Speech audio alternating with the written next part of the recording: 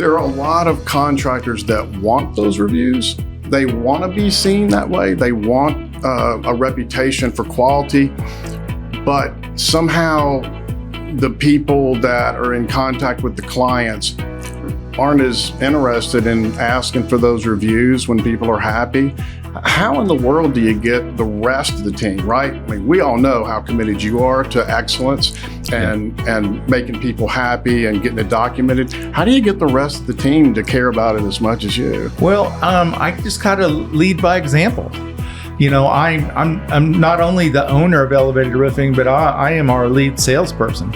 You know, we have like 7 or 8 sales guys that work with me, but I lead by example. I sell roofs, I get reviews, I manage my jobs with excellence, and I really try to set an example for the rest of the team.